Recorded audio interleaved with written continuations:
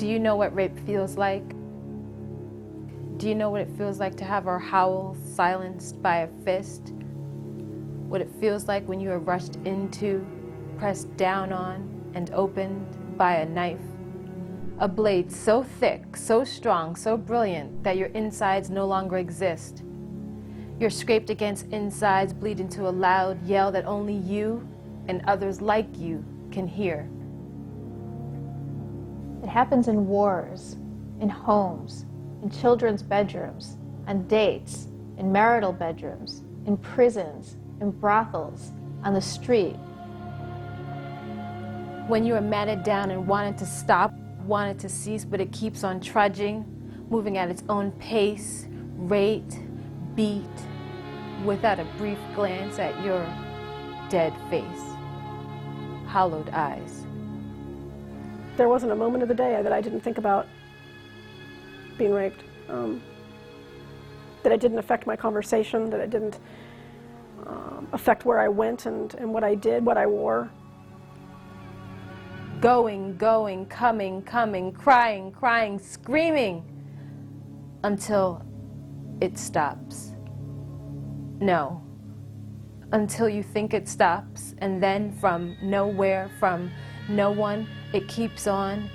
He continues to destroy your petals with his... You don't even want to say it. Look at how long it takes to recover from rape, and look at the consequences of one act of rape, because all the women I know who have been violated have spent most of their lives recovering or surviving from that one act.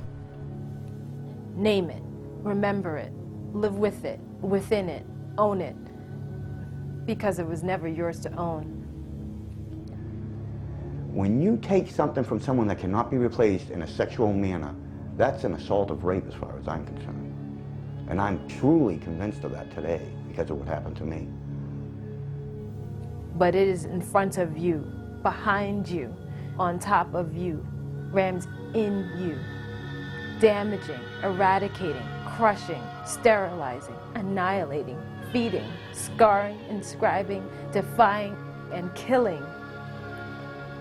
Women say all the time that I just can't seem to wash myself clean enough. I mean, they'll take showers 5 times a day, before work, you know, after work, before bed, and get up in the middle of the night. And it's something that's inside their soul.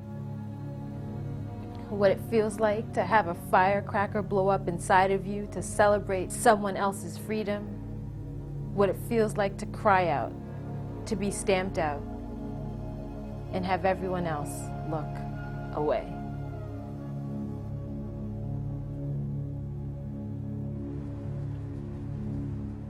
Having gone to Bosnia or the former Yugoslavia during the war, I couldn't believe there was such a thing as a rape camp in the middle of Europe. Just to see how many women had suffered from ethnic cleansing and systematic raping was terrifying, and it really altered my whole vision of the world. It seems to be rape is the central, both act and metaphor of violence against women.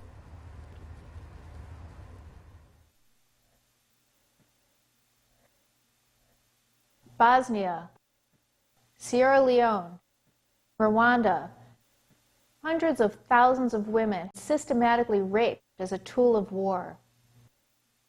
We therefore find you guilty under count 33. The international community is finally recognizing that rape is a crime of genocide, a crime against humanity, a crime that controls, dominates, degrades, and psychologically kills whenever it happens.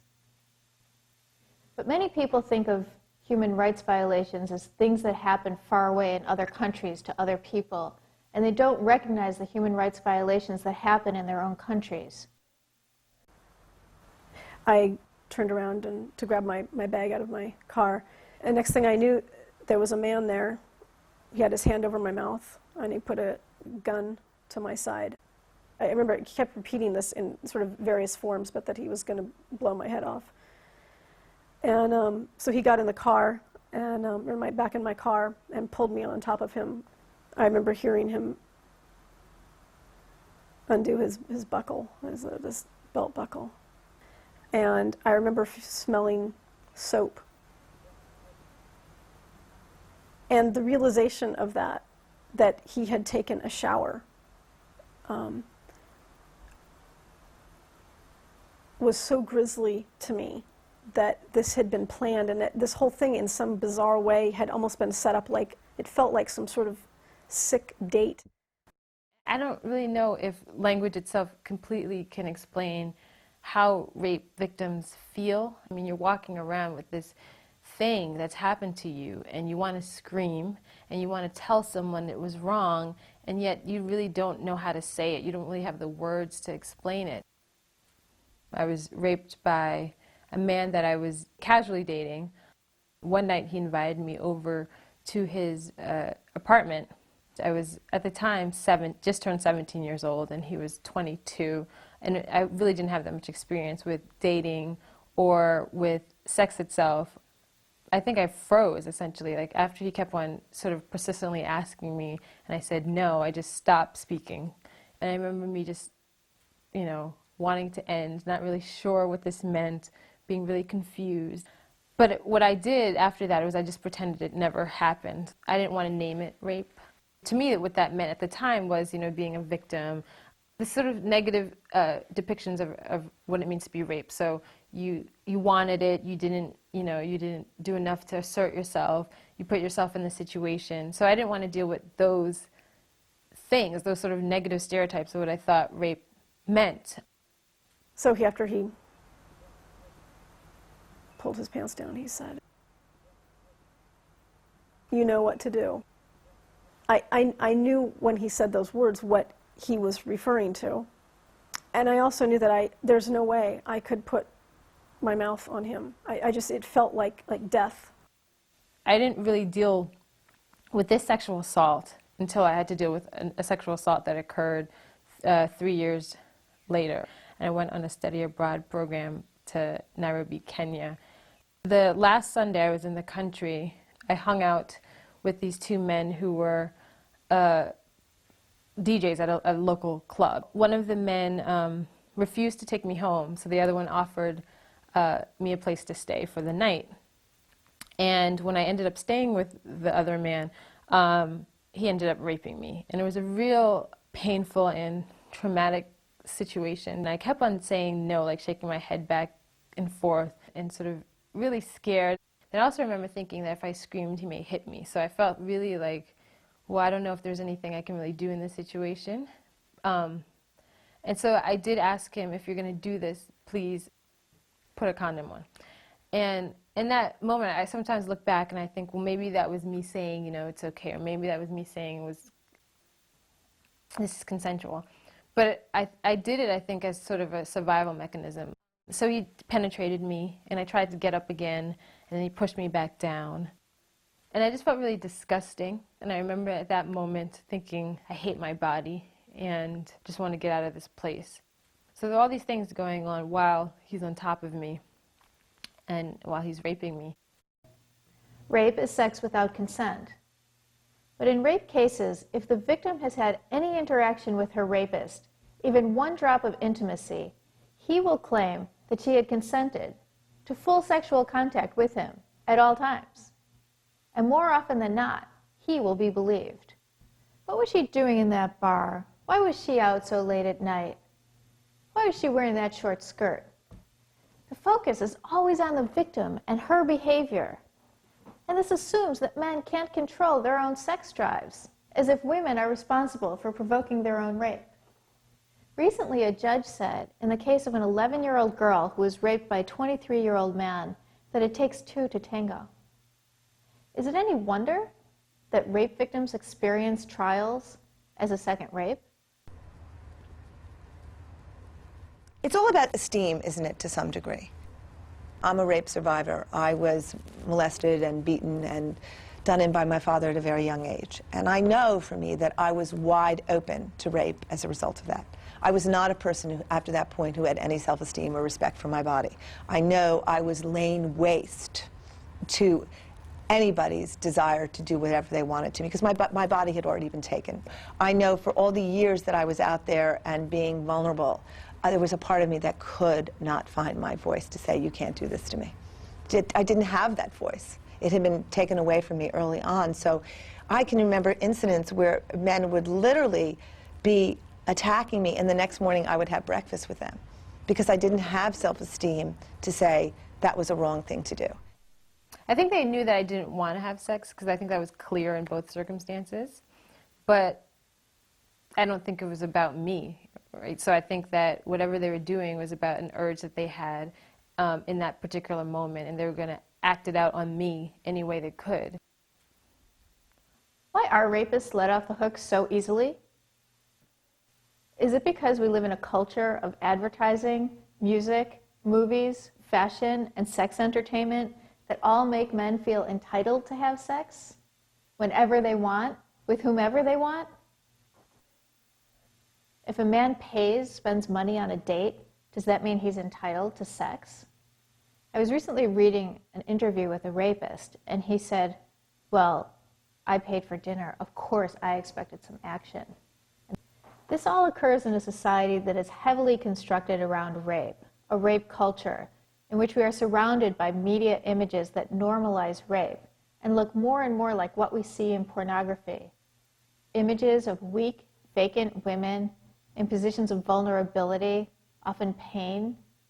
And we're supposed to desire to look like these images, in order, of course, to be desirable to men, which is our purpose on earth.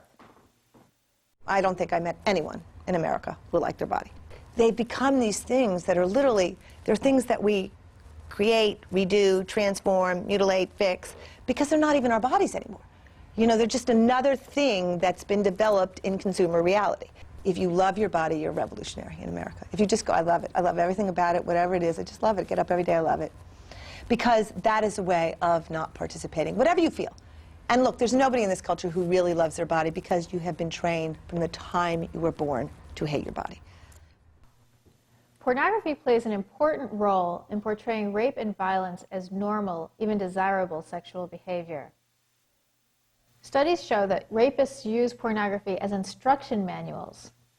And this is especially true in cases of child sexual abuse, where rapists use the pornography in order to instruct their victims what to do and also to reinforce that this behavior is normal.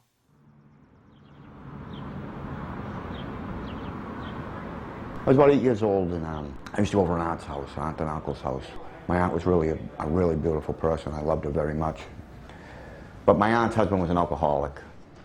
When I was about 8, I started remembering him waking me up while I was sleeping, and first it started off just touching me.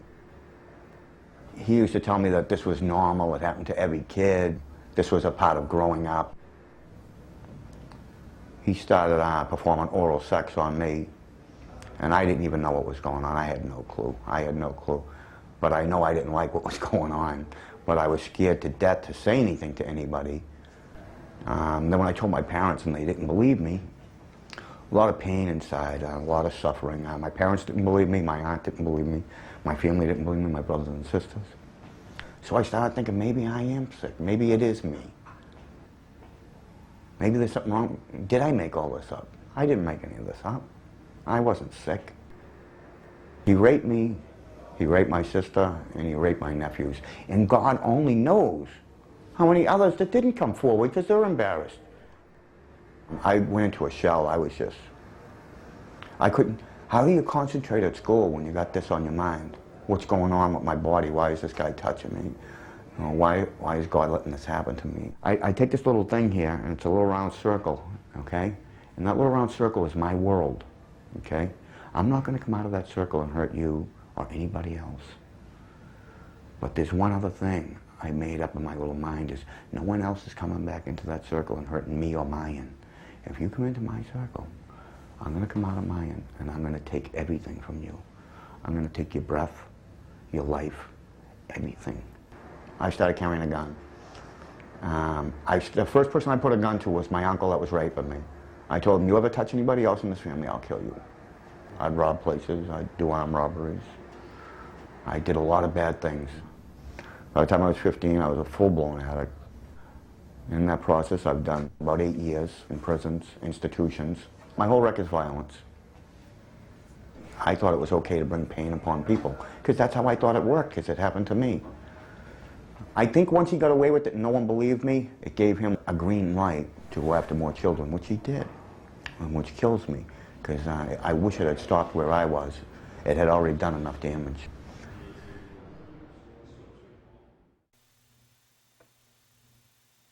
"75% of women who go into prostitution enter it between the ages of 14 and 17, and they're usually running away from an abusive situation at home, often including sexual abuse of them as children, abuse of them by their uncles, by their brothers, by their fathers. It's a really particularly horrific type of abuse because it's people upon whom you are dependent for your life and your food and your education and your upbringing, and they're abusing you. I've not talked to one girl, one young girl, who was not raped prior to actually being sold or used in prostitution. And they call that getting them ready.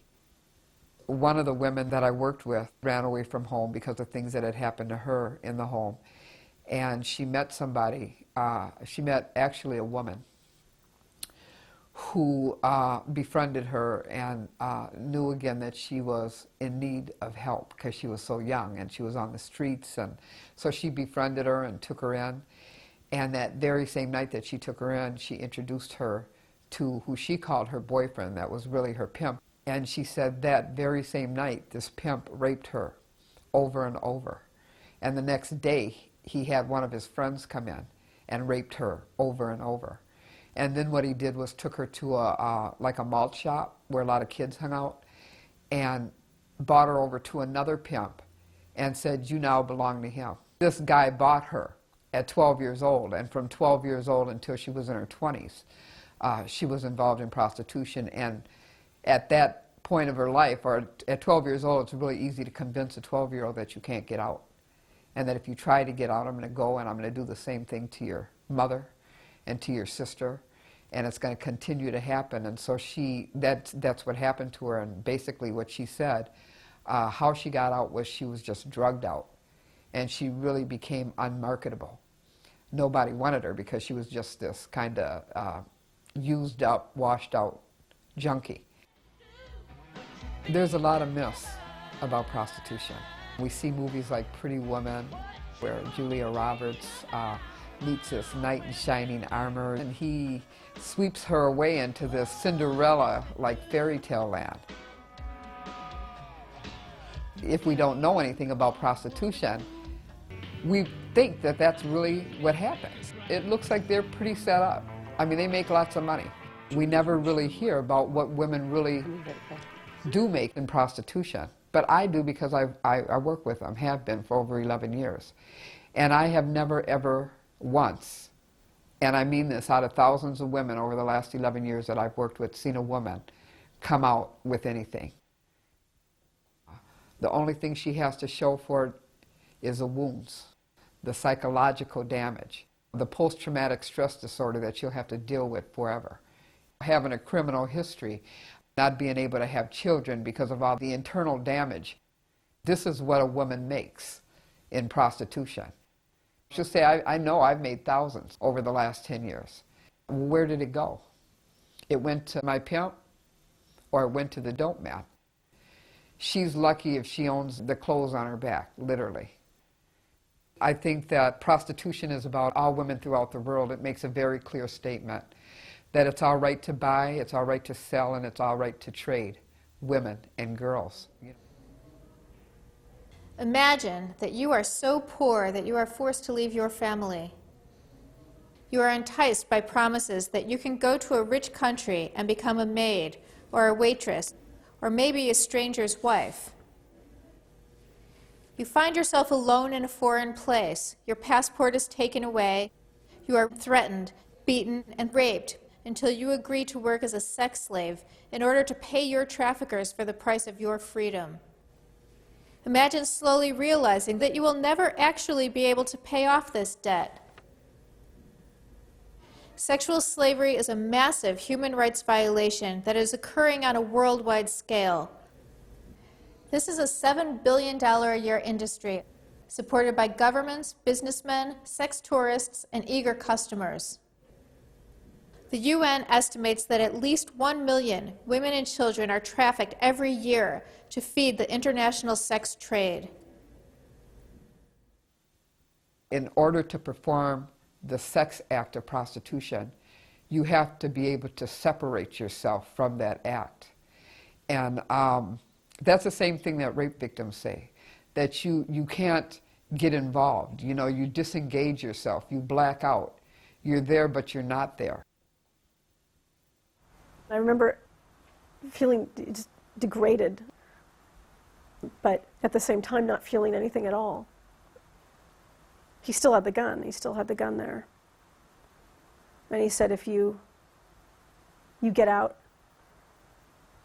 and if you turn around, I'll shoot you.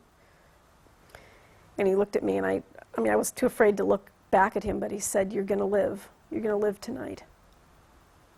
It was about 4 or 5 blocks from where I lived, but it was about a block away from a hospital. I remember just like walking, like not wanting to touch myself to feel my body. I walked into it was like the door automatically opened, and I think I said that I had been raped, and the minute I opened my mouth and I heard my voice come out, it was like my body it was like I started to cry and shake, and I couldn't breathe. And I said, you're going to need to swab my face and my mouth. But at the same time feeling really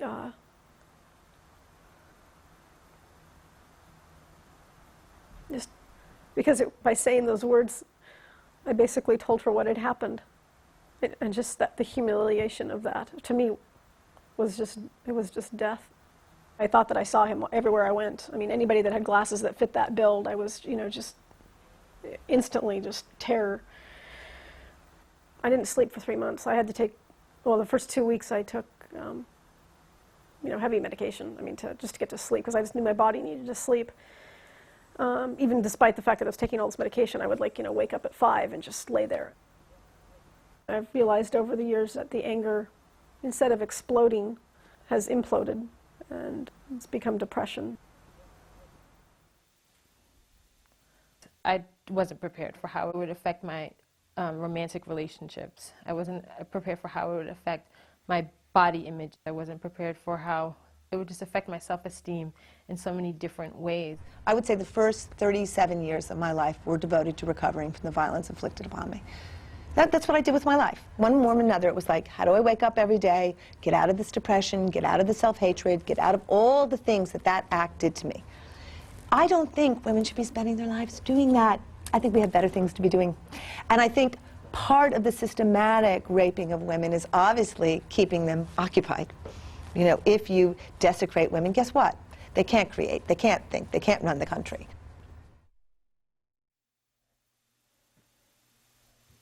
Rape is about power and control.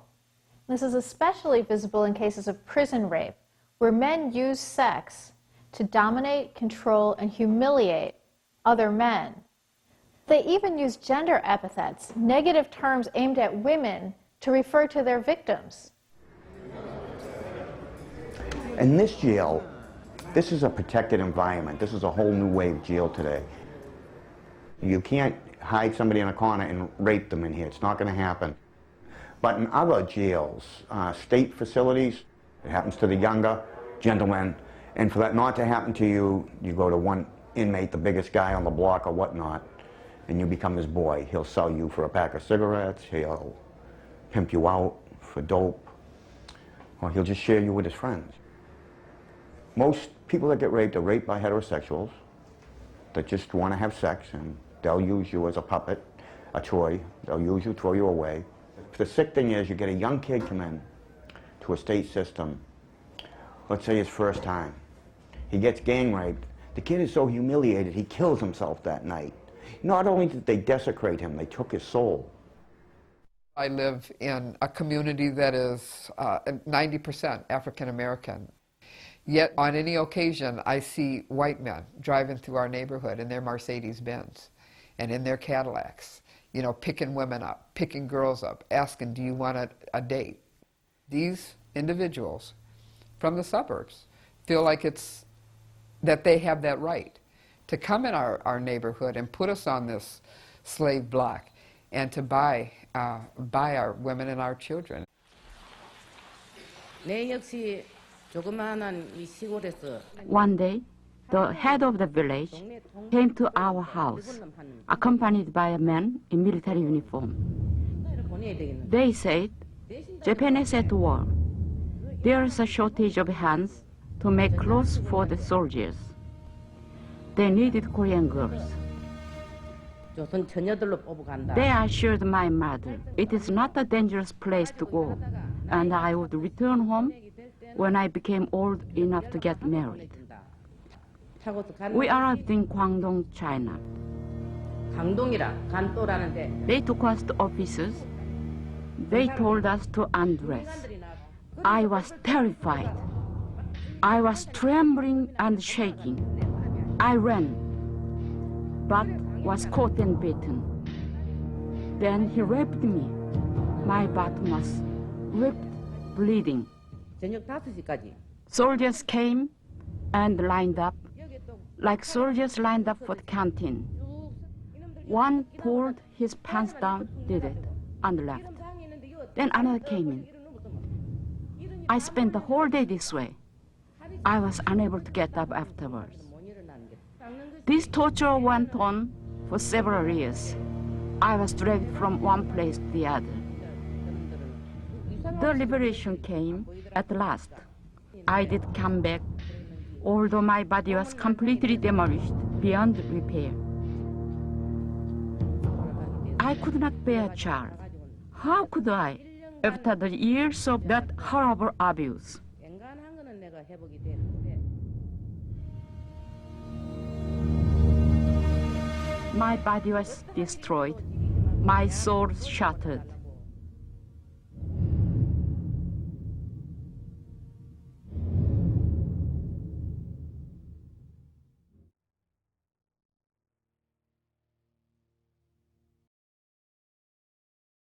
There's a person before you get raped, and there's a person after you get raped. And that person after you get raped is always longing to be that person before. They're always trying to go back to that moment of innocence, but they can't. And so they have to figure out how we're going to put all these pieces of our life back together when someone's literally sat there and destroyed you.